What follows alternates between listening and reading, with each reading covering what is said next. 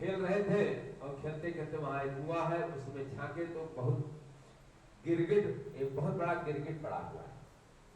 प्रभु को बताया, प्रभु ने जब कुएं में झांका तो दिव्य रूप में प्रकट हो गया, और दिव्य रूप में प्रकट हुआ तो उसने अपना परिचय दिया कि इक्ष्वाक वंश। इक्ष्वाक वंश जो है ये प्रभु राम जी का वंश है। इक्ष्वाक वंश में सूर्यवंशी राजा नृगु, मैंने सुंदर सवत्सा गायों को इतना दान किया कि पूरी पृथ्वी को कुशा से पाट दिया। लेकिन उसमें एक ब्राह्मण को जो मैंने गाय गोदान में दिया, वो रात को वहां से कैसा भी निकल करके आ गई, हमारे गाय को झुंड में फिर से आ गई, और दूसरे दिन उसी गाय को हमने दूसरे ब्राह्मण को दान दे दिया। और ये ब्राह्मण लेके जा रहा है और जिसकी गाय आ गई, दो ब्राह्मण अपने घर से आ रहे हैं, देखे दोनों में झगड़ा होने लगा कि गाय मेरी है, उन्होंने कहा अभी मेरे को दान मिली है। दोनों राजा के दरबार में आए और राजा ने कहा इसके बदले जितनी गाय चाहिए वो ले लीजिए, दोनों में से कोई भी ले ले। लेकिन दोनों ने कहा हमको चाहिए तो यही गाय चाहिए, दूसरी नहीं चाहिए।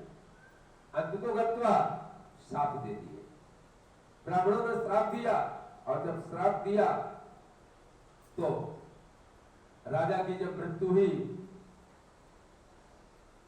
ये पहुंच गए धर्मराज के पास में।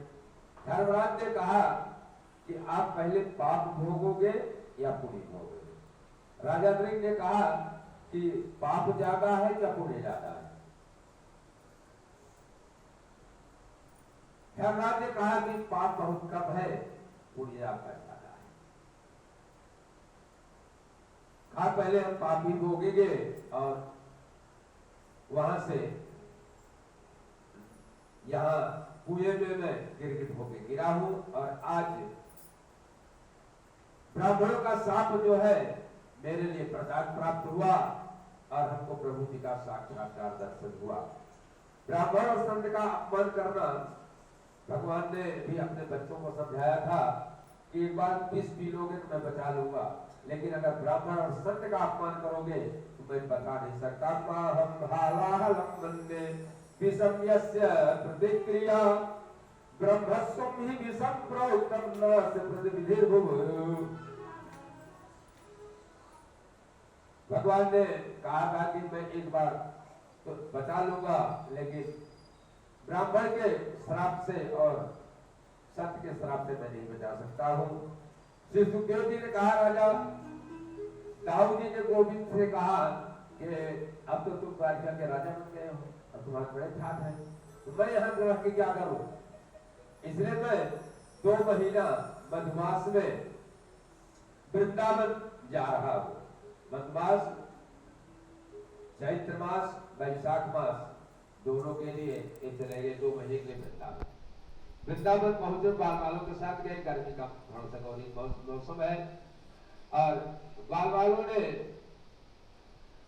जमुना जी में स्नान करने की इच्छा जताई। तो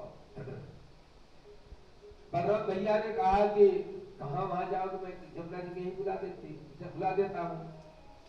जमुना जी जब बुलाए तो जमुना जी ने कहा कि अगर घर घर में स्नान कराने सबको जाने लगी तो हो गया काम, फिर मैं यही दौड़ती रहूंगी।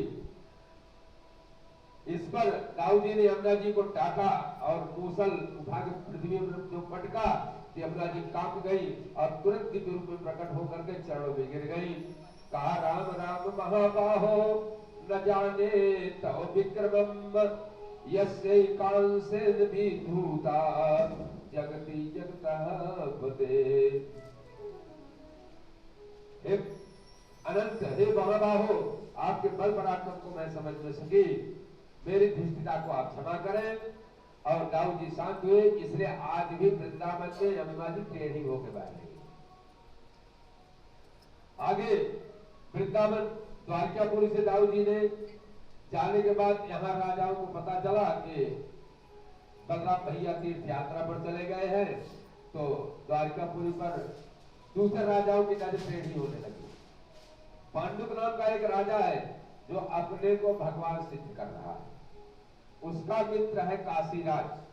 काशीराज ने कहा कि तू भगवान बन जा और मैं पुजारी बन जाऊं, जो चढ़ावा आएगा आधा आधा बांट लेंगे। अब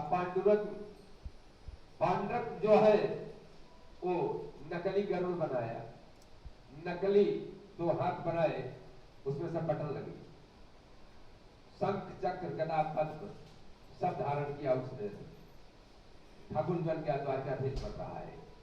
और बटन दबाता है तो चक्र घूमने लगता है, बटन दबाता है तो उड़न खटोला जो है गरुड़ जैसा उड़ने लगता है, घूमने लगता है। सब उसने अपने राज में कह दिया कि अब जय पांडुरक वासुदेवाय का जप करो, जय पांडुरक वासुदेव का हवन करो, स्वाहा करो। भगवत